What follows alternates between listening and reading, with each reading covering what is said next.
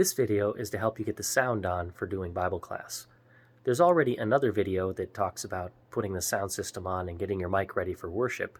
I'm going to assume that you've already watched that one. So we're going to begin at the back of the sanctuary in the little sound booth. Now, after worship, these two things will already be on. The auxiliary power, and then also the stack. We'll have turned that on with this little button there, and the green light here shows us that the stack is on. Now, the stack is for adjusting volume, and among other things.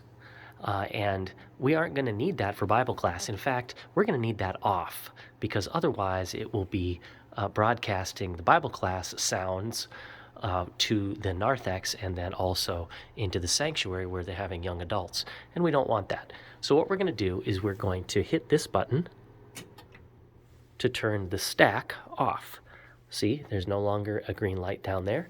But we're going to leave the auxiliary power on, because that powers this stuff up here that receives the signal from the wireless mic. So now I'm going to go to the Bible classroom. All right, so now we are going to the Bible classroom, and this is going to be pretty simple.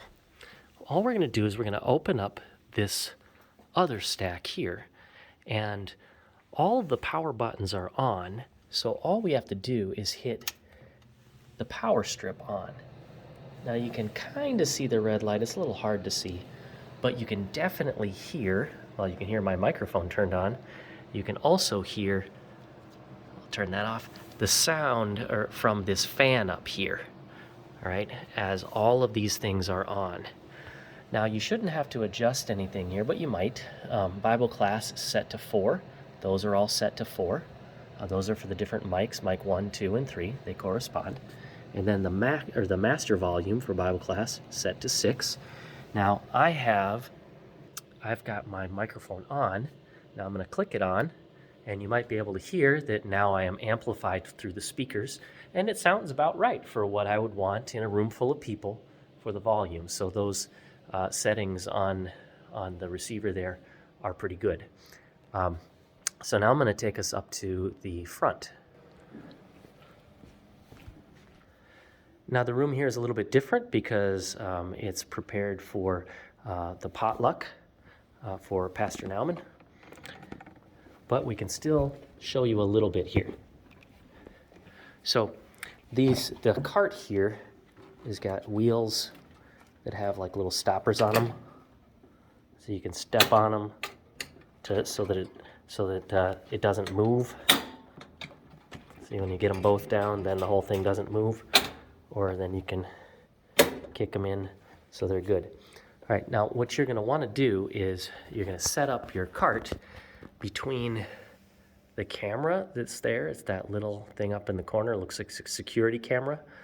And between that and this white strip that goes down from the ceiling down. If you are set up between those two things and you're kind of close to the screen over here, then it's going to be easy for the people who are running the video to be able to zoom in and get the biggest screen on the YouTube video and still get you in the picture as well. You can set up in other places and they'll be able to find you, but that's the best place to set up.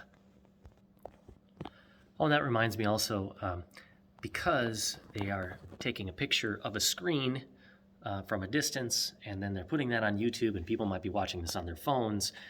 If you're using a PowerPoint of something on a screen, you're going to want to make the lettering or the font size pretty big to try to accommodate as much as you can.